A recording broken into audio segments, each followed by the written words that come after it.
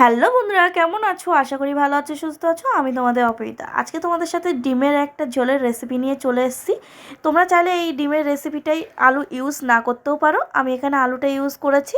এখানে আমি কেটে নিয়েছি ডুমো ডুমো করে আলু, নিয়ে লাল লাল করে নুন হলুদ দিয়ে ভালোভাবে ভেজে তুলে নিয়েছি। আর এখানে ডিমটাকে সিদ্ধ করে ভালোভাবে কিন্তু এখানে ভেজে নিয়েছি নুন হলুদ দিয়ে।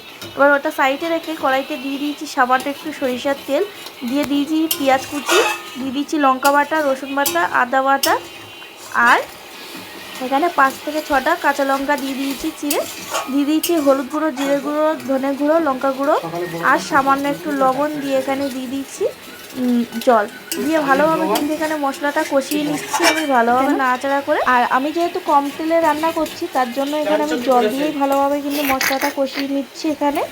আর এই যে মশলাটা যত ভালোভাবে তোমরা কষাবে তত কিন্তু খেতে ভালো লাগবে। আর তার ভেতরে দিয়ে দিয়েছি এখানে আমি কাজু বাদাম বাটা, দিয়ে কিন্তু নাড়াচাড়া করতে হবে। আর আমি এই সময় রেখেছি গ্যাসের ফ্লেমটা হাইতে রেখে কিন্তু ভালোভাবে কিন্তু নাড়াচাড়া দিয়ে মশলাটা কষিয়ে নেব। আর আমি নাড়াচাড়া দিতে বন্ধ করে দিলে কিন্তু কড়াইতে কিন্তু লেগে যাবে। তার জন্য যেহেতু বাদাম দেওয়ার জন্য লেগে যাওয়ার সম্ভাবনা রয়েছে, ওর জন্য কিন্তু ভালোভাবে নাড়াচাড়া দিতে হবে যতক্ষণ না তেল ছেড়ে আসবে। দেখো খুব সুন্দর করে নাড়াচাড়া দিয়ে আমি কিন্তু মশলাটাকে ভালোভাবে কষিয়ে নিয়েছি। আর তোমরা দেখতেই পাচ্ছ হালকা হালকা করে সাইড দিয়ে তেল ছাড়তে শুরু করে দিয়েছে।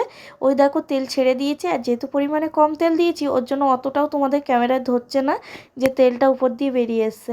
তো এখানে আলু আর ডিমটাকে আমি যে ভেজে রেখে দিয়েছিলাম সেটা এখানে দিয়ে দিলাম, দিয়ে 10 থেকে 15 মিনিটের মতো ভালোভাবে এখানে নাড়াচাড়া দিয়ে মিক্স করে আস্তে আস্তে ভাজতে থাকতে হবে। আর এই সময় কিন্তু গ্যাসের ফ্লেমটা লোতে রাখতে হবে, কারণ লেগে যাওয়ার সম্ভাবনা থাকবে তলা দিয়ে।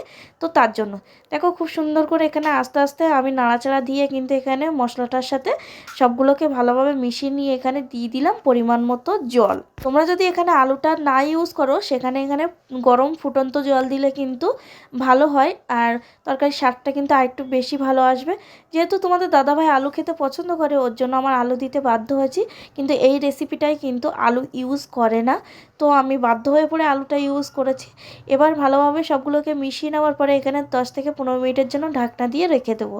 ঢাকনা খুলেই কিন্তু দিয়ে দেবো একে একে ভাজা মশলাগুলো। আর এখানে দেখে নিচ্ছি চেক করে যে আলুটা সিদ্ধ হয়েছে কিনা। আলুটা কিন্তু খুব সুন্দর করে সিদ্ধ হয়ে গেছে। এবার দিয়ে দিচ্ছি সামান্য একটু চিনি, এটা টেস্ট অনুযায়ী যার কম বেশি রাখতে পারো। আর এখানে দিয়ে দিচ্ছি জিরে গুঁড়ো, ভাজা জিরে গুঁড়ো ইউজ করেছি, তোমরা চাইলে রেডিমেড যেগুলো কিনতে পাওয়া যায় সেগুলোও ইউজ করতে পারো। দিয়ে দিচ্ছি সামান্য একটু লঙ্কা গুঁড়ো কালারের জন্য, তোমরা চাইলে না দিতেও পারো। ঝালটা যার ব্যক্তিগত অনুযায়ী দিও, কারণ ঝালটা কম বেশি করে, কারণ আমার বাড়িতে একটু ঝাল খেতে পছন্দ করে ওর জন্য আমি ঝালের পরিমাণটা একটু বেশি রেখেছি। দিয়ে দিচ্ছি এখানে বেটে রাখা গরম মশলা, তোমরা চাইলে গুঁড়ো গরম মশলাটা ইউজ করতে পারো, আমি বাটনা বাটা যে গরম মশলাটা হয় ওটা ইউজ করেছি। দিয়ে 10 মিনিট ঢাকনা দিয়ে রাখলেই কিন্তু রেডি আমার এখানে ডিমের ঝোলের রেসিপি। আর তোমাদের ভিডিওটা কেমন লাগলো কমেন্টে জানাতে ভুলবে না। আজকে ভিডিওটা অবধি, tata, bye bye, love you.